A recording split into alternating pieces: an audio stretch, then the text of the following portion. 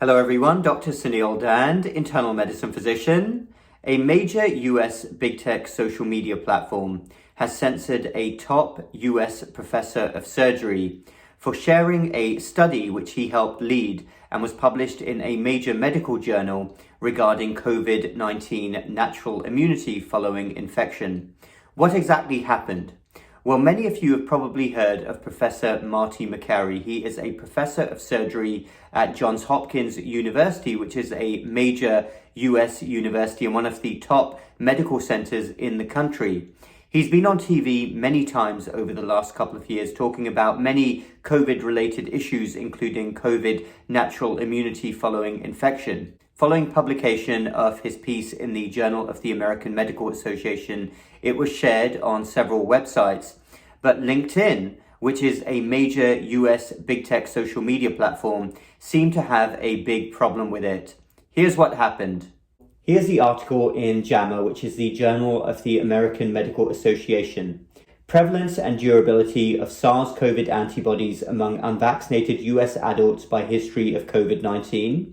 This was a study of healthy adults who reported no COVID-19 vaccination but had had COVID-19 before. And the results showed that in over 1,500 individuals invited to undergo blood testing, 52% did so between September the 24th, 2021 and November the 5th, 2021. Among 295 reported COVID-confirmed participants, 99% tested positive for COVID antibodies. So what they were basically saying was that COVID-19 antibodies appeared to be very durable, and the conclusion was that in this cross-sectional study of unvaccinated US adults, antibodies were detected in 99% of individuals who reported a positive COVID-19 test results, in 55% who believed they had COVID-19 but were never tested, and in 11% who believed they had never had COVID-19 infection. The study then goes on to list some of its limitations, as any good study should do. Although evidence of natural immunity in unvaccinated healthy US adults up to 20 months after confirmed COVID-19 infection is encouraging, it is unclear how these antibody levels correlate with protection against future COVID-19 infections, particularly with emerging variants. The public health implications and long-term understanding of these findings merit further consideration. So I thought that was a very good, well-balanced letter that was published on an extremely important topic. Here's what happened when Dr. Makary attempted to share that article on LinkedIn. You can see it here. Prevalence and durability of COVID-19 antibodies among unvaccinated US adults by COVID-19 history. And look at this. It got censored. Only you can see this post. It's been removed because it goes against our professional community policies. Dr. Makary then commented on this article being censored. Big Tech was not happy about our JAMA study on natural immunity. LinkedIn took it down, censored my post below. The data doesn't fit the narrative. LinkedIn reinstated my post after a friend complained to the CEO. Sorry if Silicon Valley did not like the results. That's a very thought-provoking thing to say. Sorry if LinkedIn didn't like the results of a scientific study, to the point where it took the post down and censored it. Now, this isn't the first time that LinkedIn in particular has been shown to have issues with regards to any story or study result that it doesn't seem to like and actually takes it down. I'll tell you about my story in a little bit. But let's get back to LinkedIn as a company.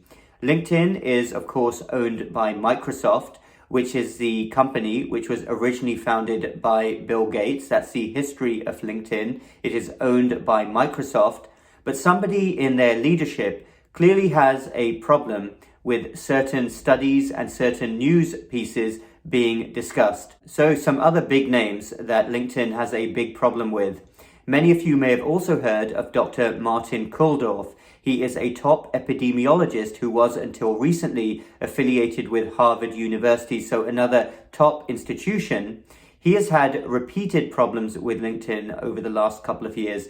Posts have been censored, and he was recently also taken off LinkedIn. I think he may have been reinstated now, but he has had major issues with scientific studies and data that he is trying to present as well. And don't I, unfortunately, know about this problem with LinkedIn myself?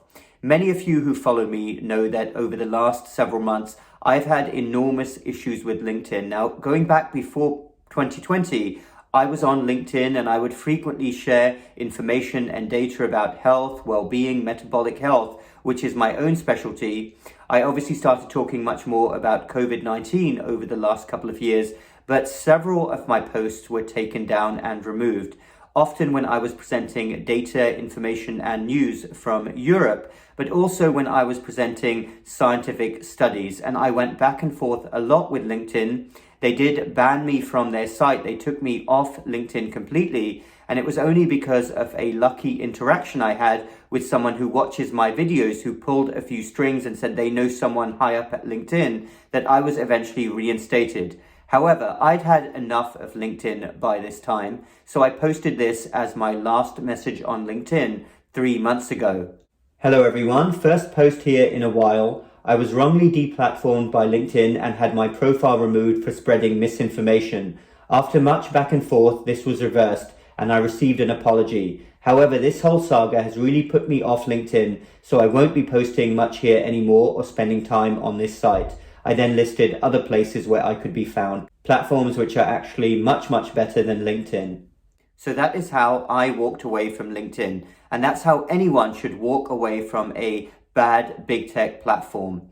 And my question to LinkedIn, the leadership there, or Microsoft, or wherever they are, is who is putting you up to this censorship? What exactly are you playing at here? Because you will have to answer for this. This should send a shudder down the spine of anyone who is involved in medicine or science. Remember, it's one thing to add a warning label to a post, even that is frequently too much, but to actively go about removing scientific studies takes things to a whole different scary level.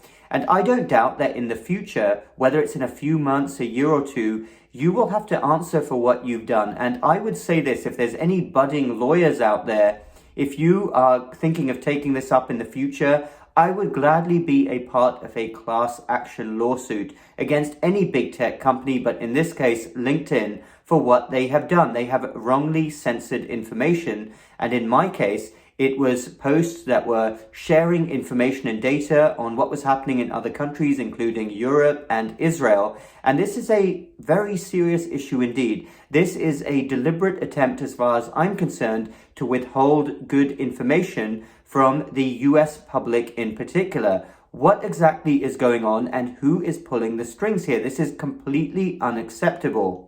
So those are my thoughts on LinkedIn, and I think if Dr. Makary has any sense, he should withdraw himself from LinkedIn as well. Keep this in mind. Certain people only have recourse on big tech social media websites because they have the right connection. But imagine all of the people out there, hundreds of thousands of people who have no recourse whatsoever, who have wrongly had posts and information removed and even been thrown off certain social media sites. This is a terrible situation, and this example of Dr. Makary, a top US professor, having a post censored on LinkedIn of a scientific study is very scary indeed.